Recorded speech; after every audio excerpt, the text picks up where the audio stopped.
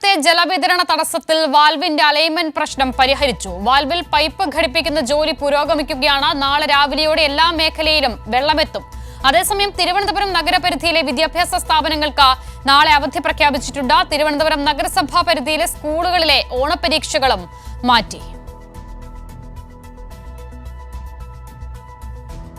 സുലേഖ ശശികുമാർ വിവരങ്ങൾ നൽകാൻ ചേരുകയാണ്. സുലേഖ, അല്പസമയത്തിനകം തന്നെ ഈ പ്രശ്നത്തിന് പരിഹാരമാകും. വലിയ ആശ്വാസത്തോടെ ജനങ്ങൾ കാത്തിരിക്കുന്ന വാർത്തയാണ്. എങ്ങനെയാണ് അവസാന വട്ടത്തിലെ ക്രമീകരണങ്ങൾ?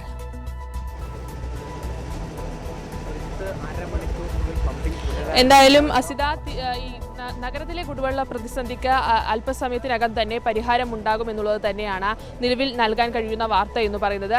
എന്തായാലും നിലവിൽ ഈ വെള്ളം എത്തിക്കാനുള്ള ആദ്യ നീക്കം ആരംഭിച്ചു കഴിഞ്ഞിട്ടുണ്ട്. വാൽവ് ഘടിപ്പിക്കുന്നത് നിലവിൽ പൂർത്തിയായിട്ടുണ്ട് എന്നുള്ളത് തന്നെയാണ്.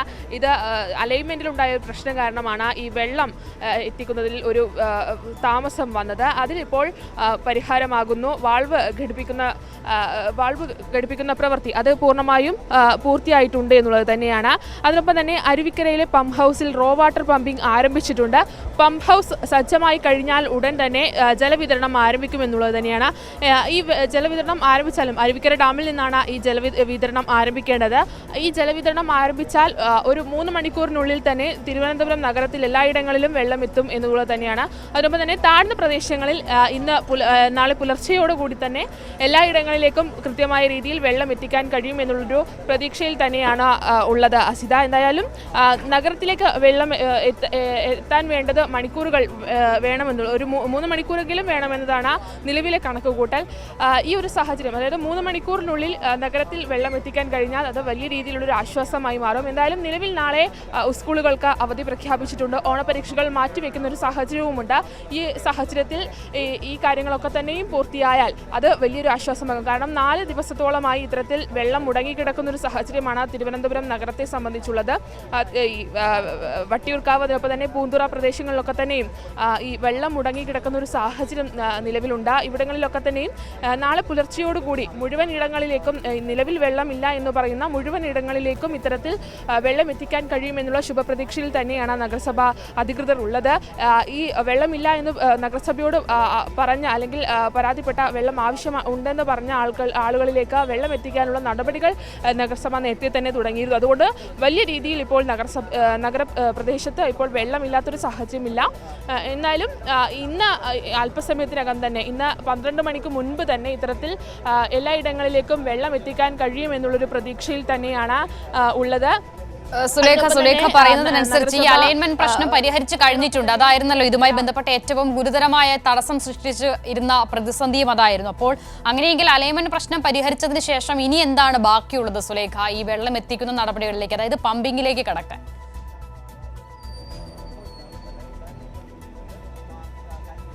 നിലവിൽ ഈ അലൈൻമെന്റ് പ്രശ്നം പൂർണ്ണമായും പരിഹരിക്കാൻ കഴിഞ്ഞിട്ടുണ്ട് എന്നുള്ളത് തന്നെയാണ് സിത.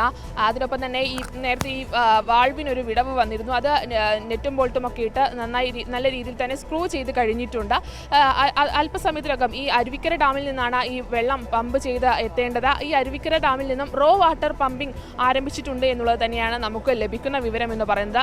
ഈ റോ വാട്ടർ പമ്പിംഗ് എന്ന് പറയുന്നത് ഡാമിൽ നിന്ന് വെള്ളം ശുദ്ധീകരിക്കുന്ന ഒരു പ്രോസസ്സാണ് ഈ റോ വാട്ടർ പമ്പിംഗ് എന്ന് പറയുന്നത്. അത് അവിടെ ആരംഭിച്ചിട്ടുണ്ട്. അതായത് വെള്ളം പമ്പ് ചെയ്യാനുള്ള സജ്ജീകരണത്തിലേക്ക് അല്ലെങ്കിൽ ആ ഒരു പ്രവൃത്തിയിലേക്ക് കടക്കുന്നു എന്നുള്ളത് തന്നെയാണ്. ഇത് ഈ റോ വാട്ടർ പമ്പിംഗ് കഴിഞ്ഞാലുടൻ തന്നെ ഇത്തരത്തിൽ അരുവിക്കരയിൽ നിന്നും മെയിൻ പൈപ്പ് ലൈൻ വഴി ഇത്തരത്തിൽ ജലവിതരണം ആരംഭിക്കും എന്നുള്ളത് തന്നെയാണ്. ഇത്തരത്തിൽ വലിയ രീതിയിൽ തന്നെ വളരെ വേഗത്തിൽ ഈ ജലവിതരണം നടത്താൻ കഴിയുമെന്നുള്ളൊരു പ്രതീക്ഷയിൽ തന്നെയാണുള്ളത്.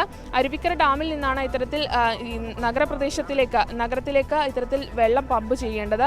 അവിടെ റോ വാട്ടറിംഗ് പമ്പിംഗ് ആരംഭിച്ചിട്ടുണ്ട് എന്നുള്ളത് തന്നെയാണ്.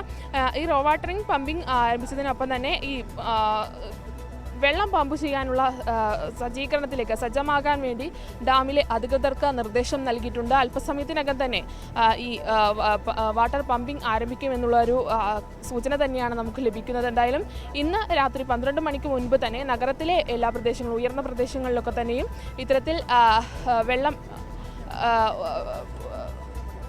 നഗരത്തിലെ എല്ലാ പ്രദേശത്തും ഉടനടി തന്നെ സുലേഖ, ഈ പമ്പിംഗ് ആരംഭിച്ചാൽ 3 മണിക്കൂർ സമയമാണ് എടുക്കുക എല്ലാ മേഖലകളിലേക്കും വെള്ളം എത്തിച്ചേരാൻ?